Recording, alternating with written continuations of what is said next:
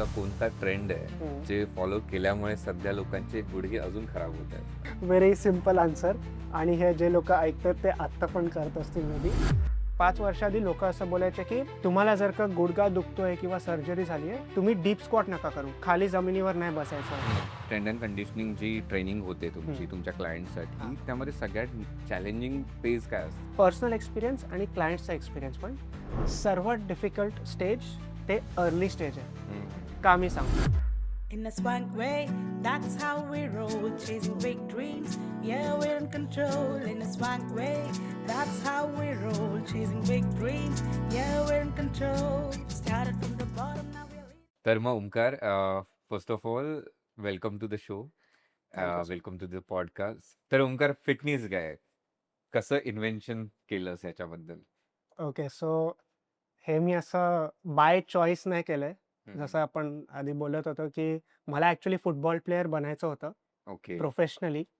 आणि मी खूप hard train करायचो, एकदम सिन्सिअर, डेडिकेशन, सगळंच आहे. हम्म. बट देन एक दिवशी मी खेळत होतो मॅच विथ माय फ्रेंड्स आणि हेडरसाठी मी जम्प केलं आणि लँड करताना हा आणि माझा असा ट्विस्ट झाला. ओके. अच्छा. अँड एक असा पॉप आवाज आला. हम्म. अँड मला बरेच इंजरी झाले. बट जेव्हा ते झालं, मी जमिनीवर आय वॉज लाईंग असं अच्छा. पकडून. Then people came around me. They don't have a clue काय झालं, मला पण माहित नाही काय झालं. Okay. So then 2 people were needed to मला तिकडून उचला, ग्राउंड बाहेर ठेवा असं. आणि तेव्हा ACL मेनिस्कस काय काही माहित नव्हतं. अच्छा. टिपिकली कसं असतं, गुडघ्याला काय झालं तर काय करतात लोक, नी कॅप खाला, खेळा असं. खेळात बरोबर. तर इंजरी झाली. सो मग डॉक्टरकडे गेलो, ऑर्थोपॅडिककडे. अँड ऑर्थोपॅडिक वॉज लाईक हे लिगामेंट टेअर आणि मेनिस्कस टेअरचा केस आहे, MRI वगैरे केला. हम्म. अँड ही वॉज लाईक परत फुटबॉल खेळायचं आहे प्रोफेशनली, तर सर्जरी करावी लागेल.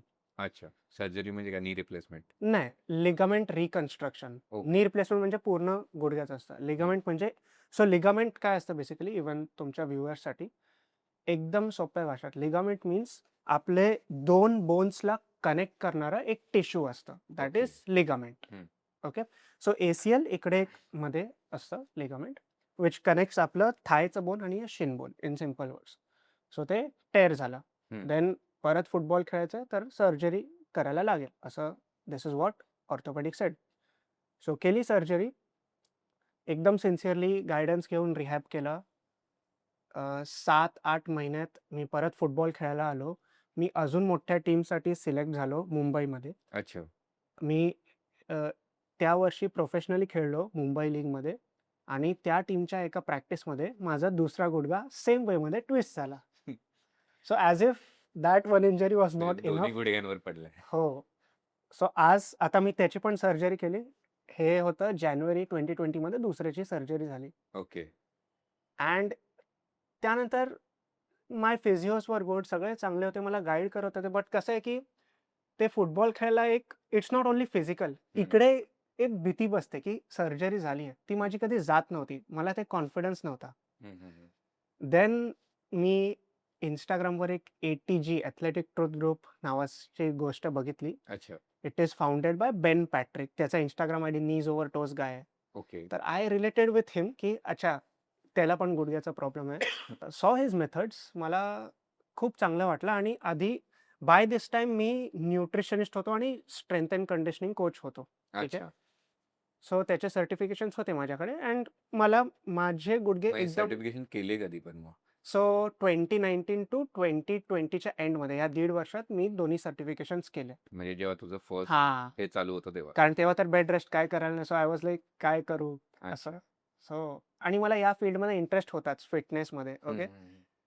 देन मी ते नीज ओव्हर टोज गायचं बघितलं, मेथड्स.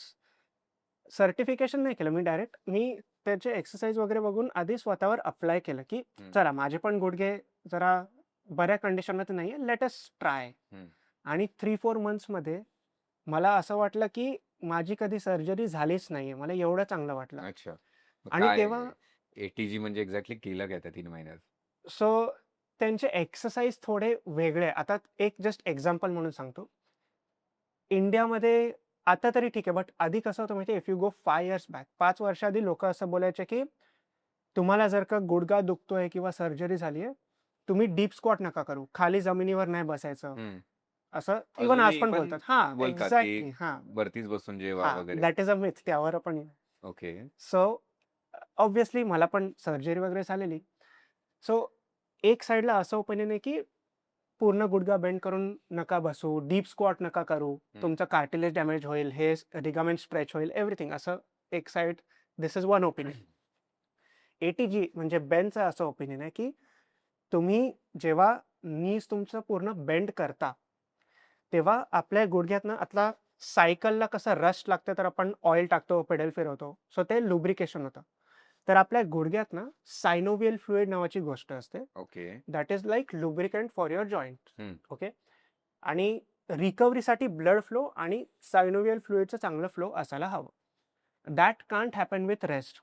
आणि त्याचं ते सर्वात जास्त ऑप्टिमाइज तेव्हा होतं, जेव्हा आपलं नीज आपण पूर्ण बेंड करू शकतो. Okay. Okay. Which means bending your नी कम्प्लिटली, डीप स्क्वॉट वगैरे करणं, दॅट कम्स इंटू प्लेस. हं, हं. तर ह्यांचं होतं दुसरं ओपिनियन. आणि मी आहे मध्ये. माझ्या गुडघ्यांची अशी मग तू फस काय एक गुडघ्याला केलं आणि एक नाही नाही, केलं? नाही. So I trusted his methods because आधी सगळं ट्राय करून झालंय ना, की बेंड नको करू, हे ते करून झालंय माझं. I was not seeing the outcome which I wanted. हं. So I thought hey let's try try करून इट आउट. बघूया. हां. I tried. खूप चांगलं वाटलं. डीप स्क्वॉट मी जस्ट एक एक्झाम्पल सांगितलं. There are many more exercise like that. So मी केलं, खूप चांगलं वाटलं. मग मला असं वाटलं, की हे लोकांपर्यंत पोहोचायला हवं. आणि to be fair even career wise मी अशा स्टेजला होतो, की माझे फ्रेंड्स फॉरेनला जात आहेत अभ्यास करायला, MBA करतोय, कोणी जॉब लागतंय. मी बसलोय. 2020 मध्ये लॉकडाऊन पण आलेलं राइट, बघ. Right, right. 2 इयर्स. सो मी बसलोय. I am trying my own stuff, struggling. आणि by nature I am actually an introvert and a shy person. ठीक आहे. हं. 5 इयर्स बॅक जर कोणी ओमकारला पॉडकास्टवर बोलवलं असतं, ओमकार वुड बी लाइक नको. बट सो मला रील टाकणं Instagramवर हे असं लांबची गोष्ट होती. माझं नाईटमेअर असावं ते. ठीक आहे. अच्छा. बट त्या टाईमाला even career wise I thought, की नाही, मला हे माझं जे मला लाज वाटते कंटेंट पुट आउट करायला, बाजूला ठेवून कंटेंट मी पुट आउट करतो. ओके.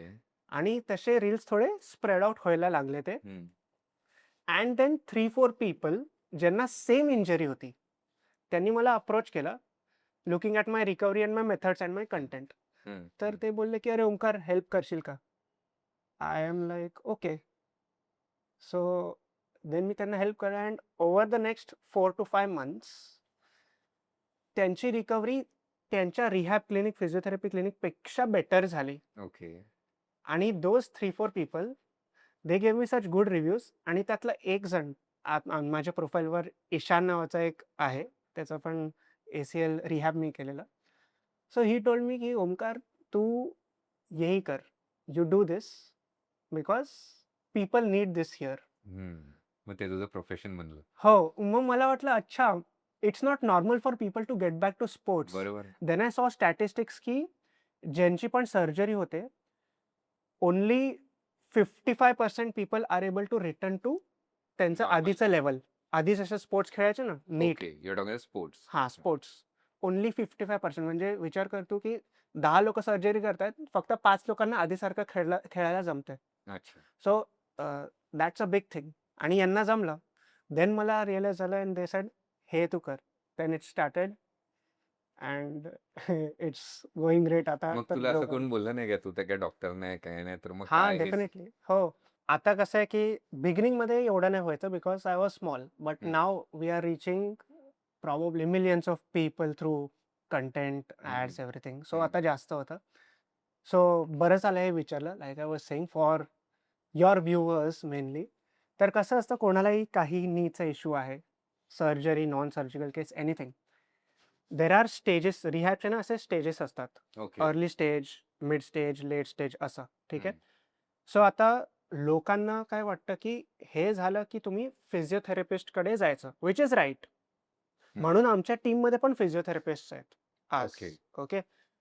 सो जेव्हा कोणाला इंजरी होते, सर्जरी होते, स्टार्टिंगचं जे रिकव्हरी वगैरे असतं ना, ते फिजिओ अंडर असतं प्रोफेशनली. राईट. ओके.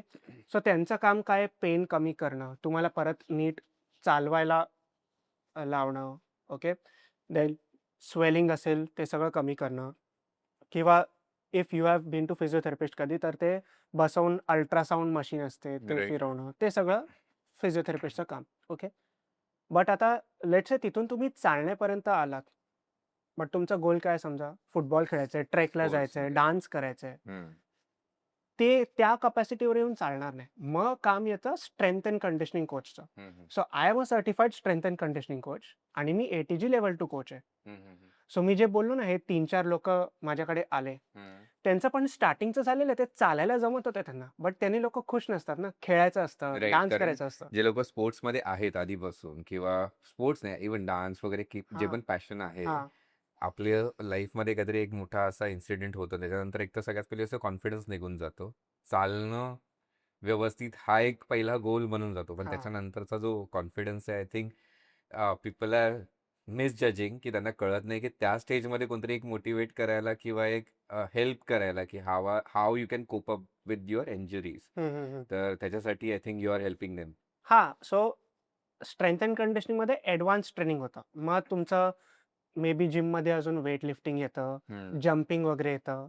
आता फुटबॉलमध्ये कोणाला जायचं परत तर ट्विस्टिंग, टर्निंग येतं. फुटबॉल असं एक लाईनीत धावायचा स्पोर्ट नाही. राईट. ट्विस्टिंग, टर्निंगमध्येच जास्त नी इंजरीज होतात. सो ते सगळं I was certified and expert in that. तर तसं चालू झालं. मग बिकॉज ते रीच अशी झाली आणि इतके म्हणजे लोकं यायला लागले, की then we hired physiotherapist in the team. So आज आम्ही एंड टू एंड म्हणजे आज आता काल कोणाची सर्जरी झाली आहे, तर ते आज कडून गाईडन्स घेऊन फुटबॉलपर्यंत जाऊ शकतात from day 1 to the last day of rehab. अच्छा. सो असं आहे. आता काय आहे, की व्हाय डू पीपल म्हणजे कोणी लाइक यू आस्क्ड, की क्वेश्चन करत असतील, तू तर डॉक्टर नाही. येस, क्वेश्चन करतात. बट टू बी फेअर मी ना ते आधी असं मला वाटायचं, की अरे सगळ्यांना मला आन्सर करायला हवं. आधी कसं ते Instagramच्या बायोमध्ये ना माझे सर्टिफिकेशन्स वगैरे होते.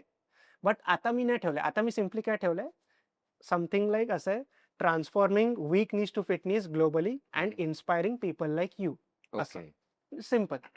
बिकॉज बाय नाऊ ज्यांना माहिती असायला हवं, त्यांना माहिती आहे, की आय हॅव धिस सर्टिफिकेशन आणि ज्यांना ट्रस्ट करायचे ते करतात.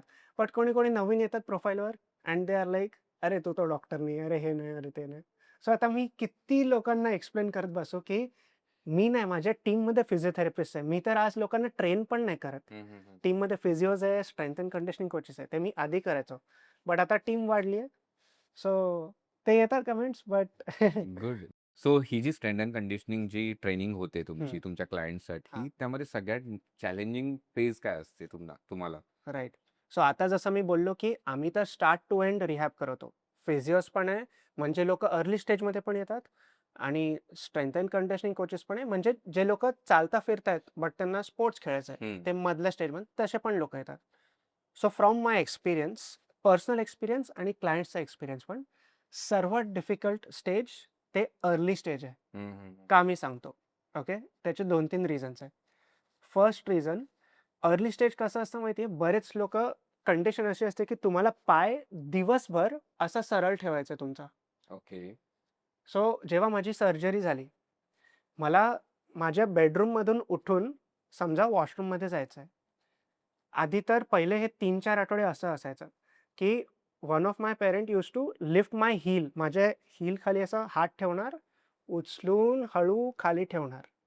मग मी वॉकरवर चढणार.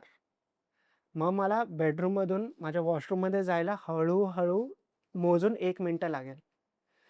सो जस्ट इमॅजिन, मी खेळायचो, उड्या मारायचो, फास्ट रनिंग एव्हरीथिंग. तिकडून मला बेडवरून उठायला होत नाही. सो फिजिकल चॅलेंजवर तर मी येतो, बट हे मेंटली एका challenge. माणसाला किती डिफिकल्ट होईल, you Right. Can only imagine. So म्हणून this is one reason early stage खूप इम्पॉर्टंट आहे.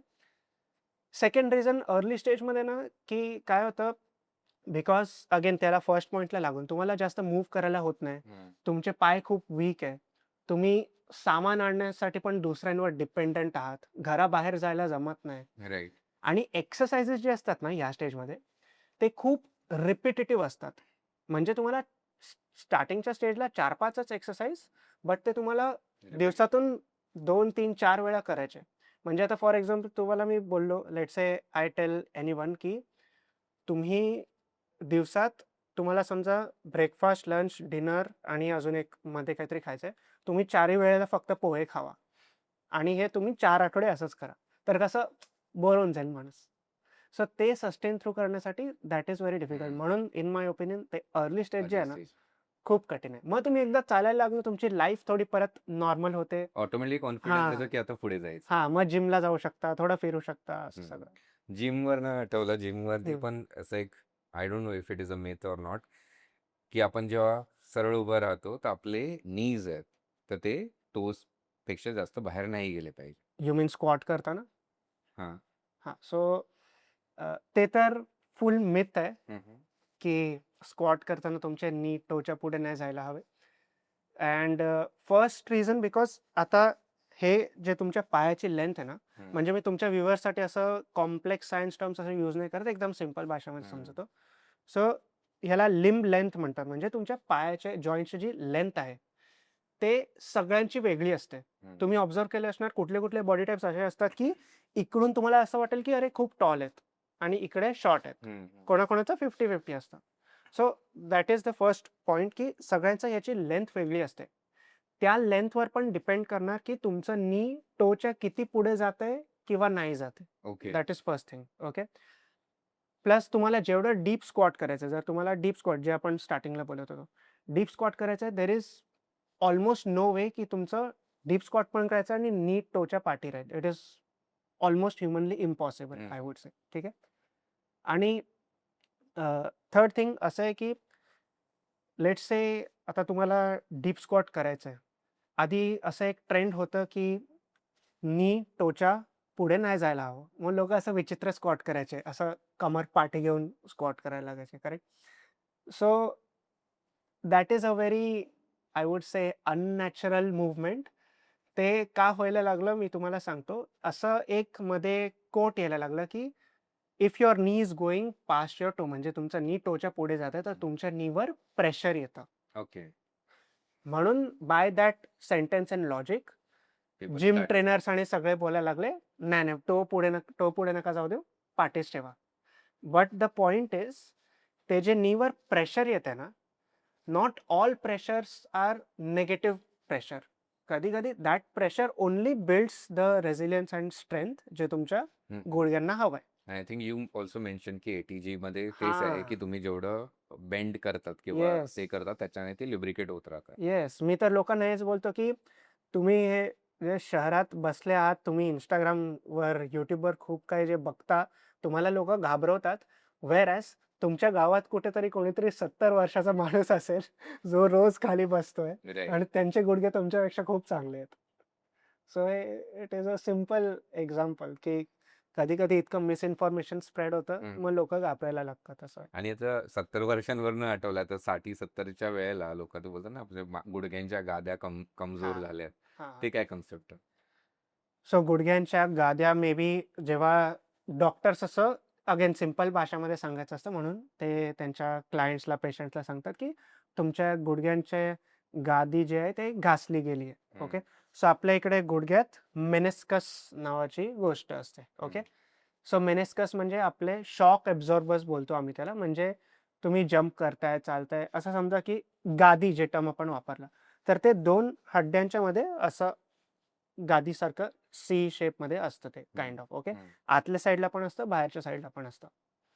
सो जर का गुडघे ओव्हर यूज झाले किंवा अंडर यूज झाले, ओके, दोन्ही. ओव्हर यूज म्हणजे समजा मी रोज खेळतोय, कधी-कधी दिवसातून 2दा खेळतोय आणि माझ्या पायाची ती कपॅसिटी नाहीये. मग मेनिस्कसमध्ये थोडं-थोडं टेअर व्हायला लागतं किंवा अंडर यूजमुळे पण होतं. म्हणजे समजा आता लेट्स से कोणी आपल्या एजचं आहे, लेट्स से 30च्या आसपास आहे कोणी, ठीक आहे. आणि दॅट पर्सन कधी जिमला जातच नाही, कधी स्ट्रेंथ ट्रेनिंग काही करत नाही. आत्ता काही कळणार नाही, बट 40s, 50s, 60s हे over the period of years काय झालंय की तुमच्या पायाची कपॅसिटी कमी, कमी, कमी होत गेली आहे, गुडघ्याची कपॅसिटी, बिकॉज तुम्ही त्याला ट्रेन नाही केलं. ओके. आणि ते that is what I mean by under utilization. आणि त्यामुळे पण डिजनरेशन होतं आणि ते गाद्या हळूहळू असं वेअर अँड टेअर होतं किंवा फाटतात असं. अच्छा. So do you also treat those kind of हां, सिच्युएशन? डेफिनेटली. इनफॅक्ट मी तुम्हाला बोललो ना, ह्या गुडघ्याची पहिली सर्जरी झालेली. ACL आणि मेनिस्कस टेअर दोन्ही झालेलं माझं. अच्छा. सो माझं मेनिस्कस रिपेअर पण झालेलं आणि ह्या सर्जरीला 2018 आज 2026 8 8 वर्ष वर्ष झाली. झाली. ओके. आणि लास्ट इयर जो मेनिस्कस माझा ऑपरेटेड होता, त्यात मला परत छोटंसं टेअर झालं. MRI केला मी. ओके. आणि हे Instagramवर माझी जर्नी आहे पूर्ण रिहॅबची. आणि 5 महिने रिहॅब करून विदाऊट सर्जरी आज पण मी फुटबॉल खेळतोय. कालच सकाळी खेळलो इनफॅक्ट. अच्छा. सो बेसिकली तसे पण आज क्लायंट्स ट्रीट सर्जरीज करतो. वाटतं का की भरपूर जास्त होत आहेत की काय पण झालं की नी रिप्लेस करा हां. तुमच्या सर्जरीमध्ये घेऊन हा जाता हा लाईक खूप का होतंय? हा खूप चांगला प्रश्न आहे, की आजकाल सर्जरीज जास्त होतायत का? सो मी तुम्हाला सांगतो, की पर्सनली मी आणि माझी टीम केव्हा लोकांना सर्जरी करा सजेस्ट करते. ओके. हम्म. सो आता 2 सिनॅरिओज की तुम्हाला आम्ही सजेस्ट करतो सर्जरी करा. हम्म. पहिलं scenario in case of athletes सांगतो. कोणी आमच्याकडे येतं आणि ते आम्हाला बोलतं, की मला फुटबॉल खेळायचा आहे, डान्स करायचा आहे, क्रिकेट खेळायचं आहे. आम्ही विचारतो ओके. बट ते तुमचं ब्रेड एंड बटर आहे का? म्हणजे ते तुमचं डेली लिव्हिंग अँड अर्निंग आहे का? त्याने तुम्ही कमवता का? If they say yes, then आम्ही बोलतो ठीक आहे, मग चान्स नको गेला. जर सिव्हिअर टेअर आहे, you do the surgery. Okay. आता जर का या प्रश्नाचं उत्तर ते असं देतात, की नाही प्रोफेशनल ॲथलीट नाही आहे, हॉबी बट हां, खेळायला आवडतं. आहे. देन वी टेल देम, की रिहॅब करा सध्या. Looking at the case obviously ते पण डिपेंड करतं. कुठले cases are like surgery is unavoidable. But बरेचसे केसेस असे असतात, लाइक आय टोल्ड यू, की without surgery they are able to go back to recreational sports. आमचे असे क्लायंट्स आहेत ज्यांचा गुडघा लॉक होत होता. लॉक म्हणजे असं समजा ते बसलेत आणि इकडून त्यांना उठायचं आहे. त्यांचा गुडघा हलणार नाही आणि ते हलवायला गेले खूप पेन होणार. ओके. ह्या कंडिशनमधून त्यांना डॉक्टर्स बोललेले सर्जरी करा. नाव सगळ्यांची अव्हॉइड नाही होऊ शकत, बट इन दिस केस एक 6 महिने वगैरे रिहॅब करून दॅट पर्सन अव्हॉइडेड सर्जरी आणि त्यांना पळायला वगैरे, जंप करायला वगैरे जमतं. So that is his hobby. He was able to get back to it. Nice. तसं. आणि हां, अजून एक जे एजेड लोकं असतात, ज्यांना गुडघ्यातला गॅप कमी होतो, डॉक्टर बोलतात. करेक्ट? सो त्यांना डॉक्टर्स बोलतात, तुम्ही नी रिप्लेसमेंट सर्जरी करा. ओके. सो आता ह्यात पण असं असतं, की इट डिपेंड्स. आता तुमच्या गुडघ्यात गॅप किती कमी झालाय. कुठल्या केसेसमध्ये एकदमच असं टच आहे आणि थोडं पण मूव्ह केलं तर ते इमिजिएट रब होतंय, फ्रिक्शन, पेन खूप होतंय. In such cases it is unavoidable. त्या केसेसमध्ये सर्जरी लागतेच. बट आता कुठले केसेस आहेत, की ज्यात it is in a condition, की तिकडून आपण आणू शकतो परत. म्हणजे पेन कमी होऊ शकतं. ओके. परत चालू शकता. नी कॅपची गरज नाहीये. आमची एक हैदराबादमध्ये 55 इयर ओल्ड क्लायंट होती. तिला इतकं बरं वाटलं रिहॅब करून, तिचं असं टेस्टिमोनीमध्ये असं रडताना लिटरली इतकी ती इमोशनल होती. तिला सांगितलं दोन्ही गुडघ्याचा तुम्ही नी रिप्लेसमेंट करा. ओके. हैदराबादमध्ये राहते आणि ती नी कॅप घालून फिरायची घराभर, ते पण वॉकरवर. तिथून ती आज शिर्डीला येऊन, टेम्पलमध्ये फिरून, without any knee cap, stairs वर खाली करून तिला ते जमतंय. Not everyone can do it. But such things are possible, की अव्हॉइड होऊ शकते सर्जरी. सो तसं सर्जरी म्हणजे अवॉइड करतोय, ठीक आहे, हां. आपला गोल आहे. त्याचं साइड इफेक्ट्स काय आहेत पण? हां, आता हे पण लोकं बोलतात, की जर तुम्ही सर्जरी नाही केली, तुम्हाला नंतर जाऊन प्रॉब्लेम होईल. ठीक आहे. असं म्हणजे इन अवर टर्म्स असं बोलतात, तुम्ही जर का आज सर्जरी नाही केली, तर पुढे जाऊन तुम्हाला लवकर नी रिप्लेसमेंट सर्जरी करावी लागेल, असं बोलतात.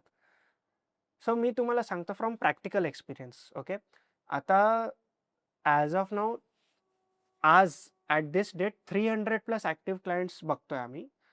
तर असे पण लोकं आहे ज्यांनी सर्जरी केली आहे, तरी त्यांना आर्थरायटिस झालंय, तरी तो गॅप कमी झालाय आणि मग तरी त्यांना डॉक्टर बोलतात, "आता तुम्हाला नी रिप्लेसमेंट लागणार आहे." आणि असे पण क्लायंट्स आहेत ज्यांनी सर्जरी नाही केली आहे, बट रिहॅब प्रॉपर केलाय आणि त्यांना नी रिप्लेसमेंट आता लांब-लांबची गोष्ट आहे. सो ते ना असं बोलतात, की तुम्ही सर्जरी नीट नाही केली, आता नाही केली, तर तुम्हाला नंतर लवकर करावं लागेल. गुडघ्याची कंडिशन बिघडून जाईल. But what it comes down to ते कशावर डिपेंड करतं. तुमचं रिहॅब, एक्सरसाइज. तुम्ही जर का समजा मला इंजरी झाली, तुम्ही फक्त बसले, आराम करताय, मग तुमची कंडिशन खराबच बिघडणारच आहे. होणार आहे. But if you are working on it, then it can be revived hmm. असं आहे ते. राईट. तो म्हणजे फक्त बोलतात ना की ऐकून की हा बाबा चल, हां, एकतर गोष्ट लोक अवॉइड करतात, हां, नाहीतर मग ऐकून बोलतात ना की थोडे दिवस केलं सोडून देतात. हां. एक्झॅक्टली. राईट. ते बऱ्याच लोकांमध्ये काय बोलू शकतो ते डोंट गिव्ह अप आणि कन्सिस्टंट राहावा. बिकॉज अशा कंडिशन्सला हील व्हायला it will take 9 to 12 months also. But unfortunately बऱ्याच लोकांमध्ये ते पेशन्स नाही नसतं, आणि नाही, पेशन्स नाही. प्रॅक्टिकल पण टाइम नसतो काही लोकांकडे हां, की बाबा नाहीच करू शकत विदाउट हां. ऑफ तेच. एनी अदर हां. रिझन्स त्याच्यासाठी. म्हणजे टाईम यू मीन टू से की कामामुळे किंवा दुसऱ्या हा रिझन्समुळे असं? हा काही हां. वेगळ्या गोष्टी. तर मी त्याचं पण सांगतो, की जे लोकं बोलतात ना, की कामामुळे करू नाही शकत आहे. सो मी महिन्यात like I said when we were talking महिन्यातून एकदा मी 3 डे इव्हेंट घेतो. त्यात मला लोकं बोलतात, की "अरे ओंकार करायचं आहे रिहॅब, पण वेळ कामामुळे नाही टाईम मिळत. नाही मिळत." तर मी त्यांना हेच बोलतो, की एक गोष्ट नीट तुमच्या डोक्यात घाला, की तुम्ही आज बोलताय टाईम नाहीये म्हणून तुम्हाला करायला नाही जमत आहे.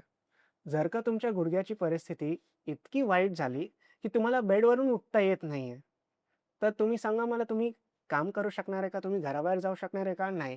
तेव्हा 2च ऑप्शन राहतील. तेव्हा तुम्हाला वाटेल, की अरे, आधी थोडा करायला वेळ हवं दिला होतं. असता तर. हां, कारण तेव्हा डॉक्टर काय म्हणून आता तर झालंय तुम्ही या नी रिप्लेसमेंट करा. मग जे व्हायचंय ते बघू.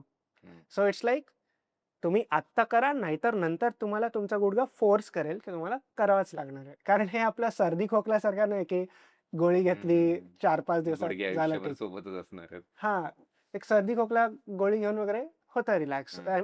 इफ यू गोळी नाही घेतली, आराम केला तरी ते ठीक होतं. बट गुडघा कसं आहे, जसं आपण डिस्कस केलं, ब्लड फ्लो, सायनोव्हियल फ्लुइड फ्लो आणि स्ट्रेंथनिंग लागतं. मगच ते बेटर होतं. अच्छा. 16 इयर्सचा जो टीनेजर आहे हां, त्याचे गुडघे आणि 92 वर्ष 92 इयर्सचं जे ॲडल्ट आहे हां. म्हणजे म्हातारपण आलेलं असतात ते गुडघे, या दोघांना कसं आपण ट्रेन करतो? ओके. सो मी ना आता 16 आणि 92 हे एकदम आपण एक्स्ट्रीम एंड पकडलंय. हा, हा. 92 म्हणजे तुम्ही इमॅजिन करा 92 मध्ये कोण वर्कआउट करायचा आपण विचार पण करू का माहित नाही. So that is an extreme age. ती आमची एक फिमेल कॅनेडियन क्लायंट आहे. कॅनडाची आहे ती, इंडियाची ओके. नाही. ओके. ती ऑनलाईन ट्रेन करते. सो तिचं ट्रेनिंग तिचं तर ती काय असतं ते व्हीलचेअर. हम्म, हम्म. तिला व्हीलचेअरवरून उठायला नव्हतं होत. तिला असं हात पण वर नव्हतं करायला होत. त्या कंडिशनपासून आज ती चालते.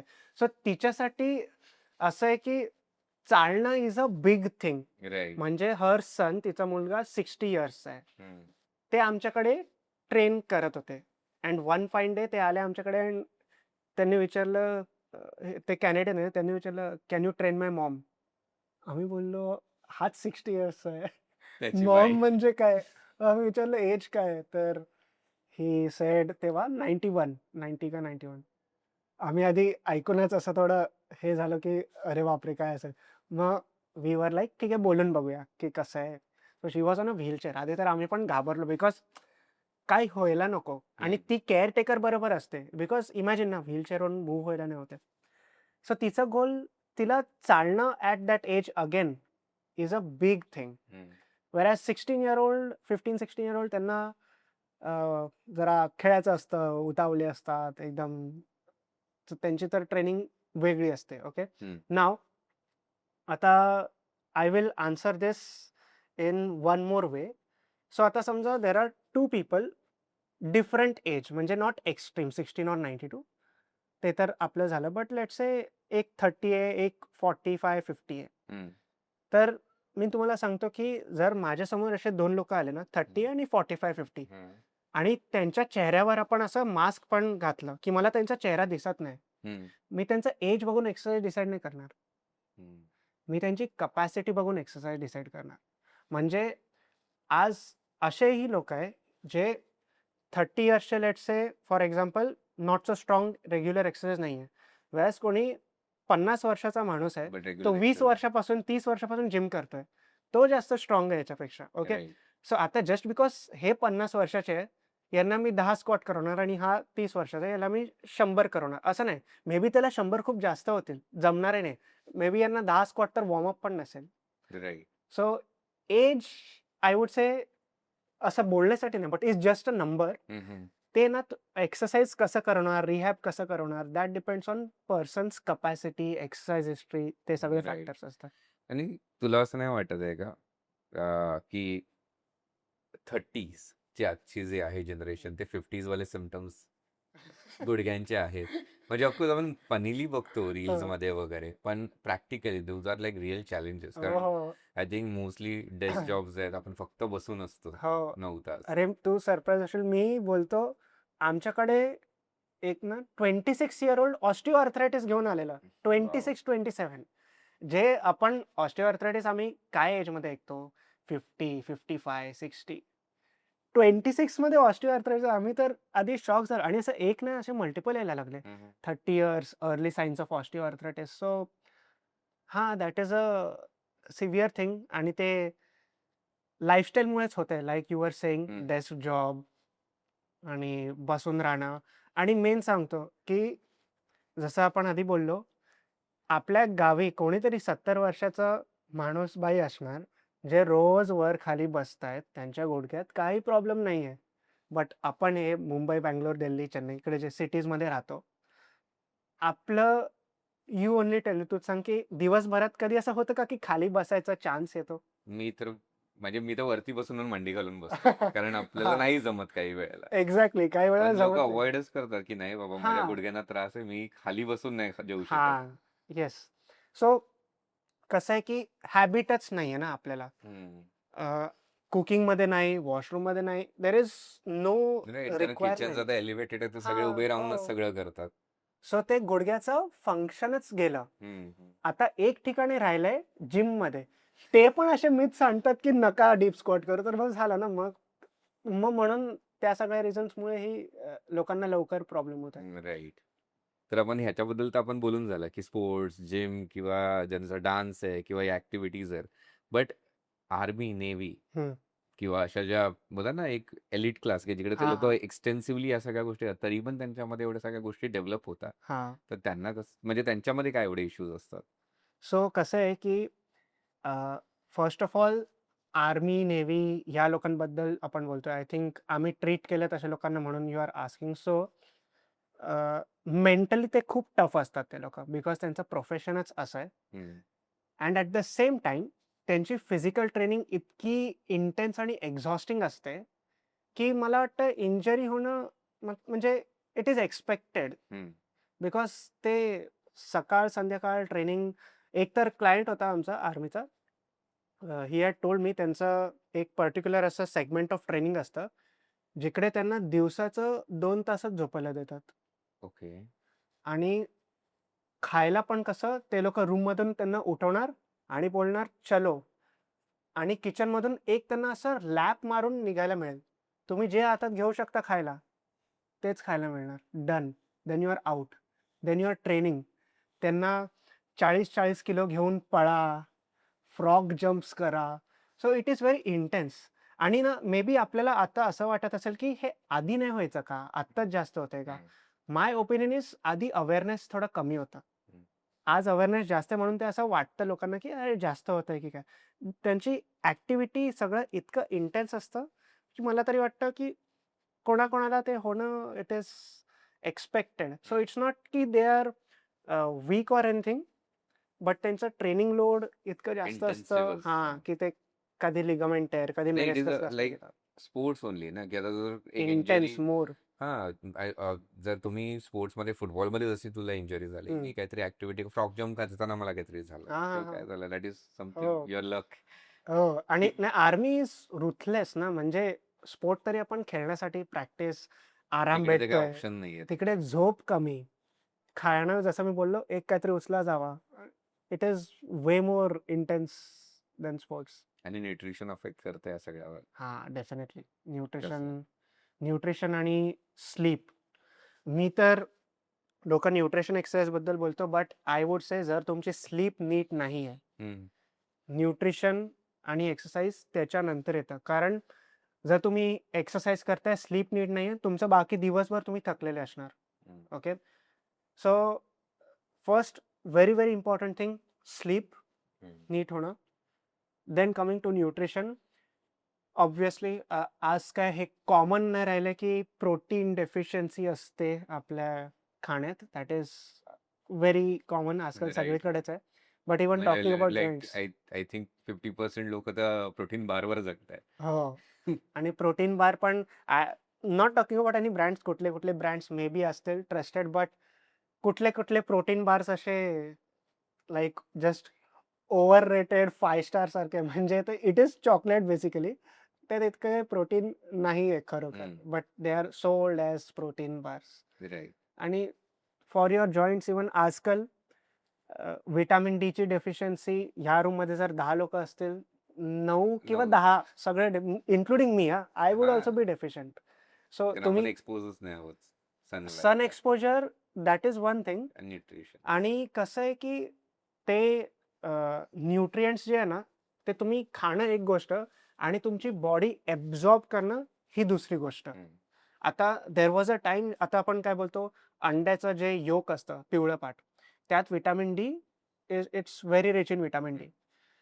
एक टाइम होता जेव्हा मी दिवसातून 8 ते 12 होल एग्स खायचो, इन्क्लुडिंग पिवळं पाट, आणि सनलाईटमध्ये खेळायचो.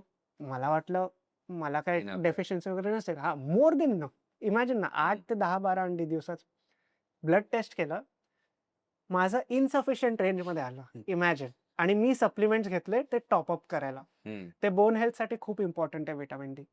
सो दिस शोज की मी एवढं खाऊन, सन एक्सपोजर असून मी डेफिशियन्सीमध्ये आहे, तर मेनी पीपल त्यांना किती असेल नाही, तर deficiency. बॉडी कसं तुमची हो. ऍब्झॉर्ब करते आणि रिॲक्ट करते. हा. सो आफ्टर न्यूट्रिएंट्स, आपलं जे रेग्युलर फुटवेअर आहे त्याने पण भरपूर लोकांना त्रास होतो. हा. शूज घालतात, चप्पल हा, घालतात, हा. जे पण आहे, कितीही ब्रँडेड असू दे, कितीही हा. पैसे टाकलेले हो. असू दे, त्याचं कसं अफेक्ट होतो. So there are multiple sides, म्हणजे याचे ना, लाईक आय वुड से 2-3 बाजू आहे. मी ते 2-3 सांगतो.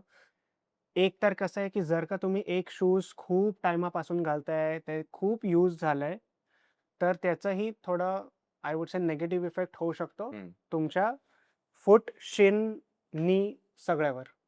That is the first thing. हे झालं शूज खूप ओव्हर यूज असले तर. सेकंड थिंग, आता आजकाल ना मी बघतो जिममध्ये की लोक, आणि हे जास्त प्रॉब्लेमॅटिक आहे जे मी आत्ता बोलतोय रिगार्डिंग शूज. लोक जिममध्ये येतात आणि त्यांचे मी शूज बघतो, हे जे शूजचं सोल असतं ना, म्हणजे खालचं पाठ, ते इतकं असं जाड आहे. ओके, म्हणजे ते खूप कुशन आणि असं कम्फर्टेबल वाटतं Soft. एकदम घालायला. हा. ओके, आणि ते लोकांना, Ergonomics. लोकांना असं छान वाटतं, अरे वा, गादीसारखं वाटतंय, पायाखाली मजा येते, हे घालून फिरूया, चालूया, सगळं ठीक आहे. नाव अनलेस तुमच्या डॉक्टरने स्पेसिफिकली ते रेकमेंड केले, that is separate case. But लोक ते का घालतात? मजा येते, नरम वाटतंय, पायांना Trendy चांगलं ना, कारण वाटतंय. आजकाल तर जिम मध्ये जास्त तर आपण फोटोज काढायला जातो. हा. सो ते जे शूज असतात ना, त्याने काय होतं, लोकांना हे नाही कळत की आपल्या फूट म्हणजे पायात बरेच लिगामेंट्स, टेंडन्स असतात, आणि आपलं जो फूट आहे, आपला पाय, that is I would say first point of contact. म्हणजे आपली बॉडी आणि जमीन, ते फर्स्ट पॉइंट ऑफ कॉन्टॅक्ट आपला पाय आहे. बरोबर. आता ते पाय तुम्ही जर का असा गादीमध्ये प्रोटेक्ट करून ठेवणार, तर ते ट्रेन नाही होणार. मी स्वतः जिममध्ये मी बेअरफूट ट्रेन करतो. ओके, सो जर का तुम्ही असे कुशनवाले, गादीवाले शूज घालून जिममध्ये जाणार, ट्रेन करणार, तर कसं आहे की जर तुमचा फूट स्ट्रेंथ वाढत नाहीये, मग तुमचं नी, हे क्वाड्स, काही तुम्ही करा, it is not going to be as effective, especially for athletes. कारण तुम्ही समजा धावताय, पळताय, फर्स्ट पॉइंट ऑफ कॉन्टॅक्ट आहे तुमचा फूट आहे. Right. If that is not strong, तुमचं वरचं सगळं काही अफेक्ट व्हायला लागतं. सो म्हणून I personally prefer and I always suggest people to train barefoot. तुम्हाला फील पण चांगलं होतं, अँड इन जनरल तुमचे पायाचे लिगामेंट्स, टेंडन्स असतात, म्हणजे फूटचे, अँकलचे, ते खूप चांगले ट्रेन होतात. ओके. आणि शूज आय डोंट नो तुम्ही ऑब्झर्व्ह केलंय का? आपले जे पाय आहेत ना, they are suppose to be like this opened up. पायाचे जे बोटं आहेत ना, they are suppose to be opened up. आणि शूज मध्ये तुमच्या शूजचा एंड बघा. राईट. ओके. आता तुम्ही हे कोणाला रिअलाइज पण नाही होणार. तुम्ही तुमचे शूज काढून बघणार ना, तर तुम्हाला असं वाटेल तुमचा जो टो आहे ना, तो असा थोडा आत आलाय. असं. तुमचा हो. पायाचा पण नॅचरल शेप असं झालंय. माझं पण झालंय. हम्म. So that is the damage that modern day shoes have done. हम्म. आता ते रिव्हर्स करायला टाइम लागतं, कठीण आहे. बट त्यासाठी फर्स्ट स्टेप इज बेअरफूट फिरा, बेअरफूट ट्रेन करा. अच्छा. सो तसं शूजने डॅमेज होऊ शकतो पायाला. ओंकार, मला आता एक गोष्ट सांग की असा कोणता ट्रेंड आहे जे फॉलो केल्यामुळे सध्या लोकांचे गुडघे अजून खराब होत आहेत? हां, ओके. व्हेरी सिंपल आन्सर आणि हे जे लोकं ऐकतात ते आत्ता पण करत असतील may be. So the biggest mistake, सर्वात मोठी मिस्टेक ही आहे की तुमचा गुडघा दुखतोय. तुमचा गुडघा काही करताना दुखतोय म्हणजे तुमचा गुडघा तुम्हाला ओरडून-ओरडून सांगतोय की माझी परिस्थिती ठीक नाहीये. आणि अच्छा. तुम्ही काय करताय? तुम्ही ते नी कॅप घालताय आणि ज्यामुळे तुमच्या गुडघ्याची परिस्थिती वाईट झाली आहे, तुम्ही तेच करताय फक्त नी कॅप घालून. ओ. ओके. आणि हां, म्हणजे इट इज सिंपल की आता समजा कोणी पेरेंट त्यांच्या मुलांना सांगताय की तुम्ही रस्ता क्रॉस माझा हात पकडूनच कर आणि ते म्हणून नाही, नाही, नाही मला कर. It is exactly like that. तसं इट डझंट वर्क. इनफॅक्ट मला हे लक्षात आहे. मी माझ्या एका रीलमध्ये पण सांगितलंय. माझं जेव्हा ह्याचं लिगामेंट टेअर झालेलं ना, मी नी कॅप घातलेला. हम्म. नी कॅप घालून लिगामेंट टेअर झालेलं तरी. सो नी कॅप कसं असतं ना, हे आपलं जे पटेला आहे, याला थोडं ते कम्प्रेशन, प्रोटेक्शन थोडंसं देतं. बट ते जस्ट तुमचं पेन सप्रेस करतं. ते तुमचं it's not like a cure. हम्म. हम्म. तुम्हाला जर क्युअर हवंय, तर जे पण कोणी नी कॅप घालून काही करतायत, फिरतायत, it's not a cure. It's just तुम्ही इन शॉर्ट थांबताय की डिले हळू-हळू करताय तुमची नी सर्जरी. हळू-हळू तुमच्या गुडघ्याची कंडिशन वाईट होत जाते. तुम्हाला कळत नाहीये आणि एक असा दिवस येणार की नी कॅप पण तुम्हाला हेल्प नाही करणार. बट त्यापेक्षा मी लोकांना हेच बोलतो. मला So knee लोकं cap is विचारतात acting like a slow poison for your knee. हां, काइंड ऑफ. म्हणजे तुम्हाला माहिती आहे की तुमच्या गुडघ्याची परिस्थिती ठीक नाहीये.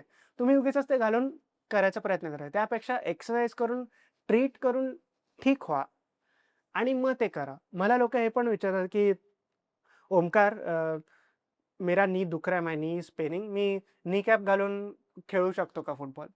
मी लोकांना हेच बोलतो की तुम्हाला कुठलीही गोष्ट करायला जर नी कॅप लागतंय ना, हम्म. तर it is your mind telling you की तुम्ही त्या ॲक्टिव्हिटीसाठी रेडी नाही रेडी आहात. नाहीये. त्यापेक्षा नका करू.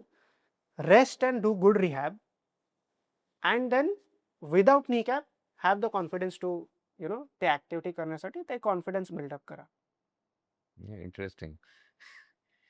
थँक्यू ओंकार. म्हणजे खूप साऱ्या गोष्टी आपण आज टच केल्यात आणि आय थिंक फर्स्ट टाइम तू मराठीमध्ये हे कॉन्टेंट बनवलंय. हो. आय होप तुझ्या ऑडियन्सला आवडेल हो, आणि हो, हो. माय ओनली इनिशिएटिव्ह वॉज की चलो आपण याला अजून रिजनल लोकांपर्यंत पोहोचूया कारण अवेअरनेस खूप साऱ्या लोकांना नाहीये किंवा हां. Sometimes it's a language barrier की लोक विचारत नाहीत या बरोबर, गोष्टींसाठी बरोबर. किंवा हो. हेजिटेट करतात. सो आणि गुडघे हिंदीत पण असतात, इंग्लिश पण असतात, मराठीत मराठीमध्ये कमी पण आहे. असतात, हो. सगळ्यांसाठी हो. असतात. Thank you so much for giving lot of insights on knees. So I definitely. hope and all the very best for your future projects. Thank you so much.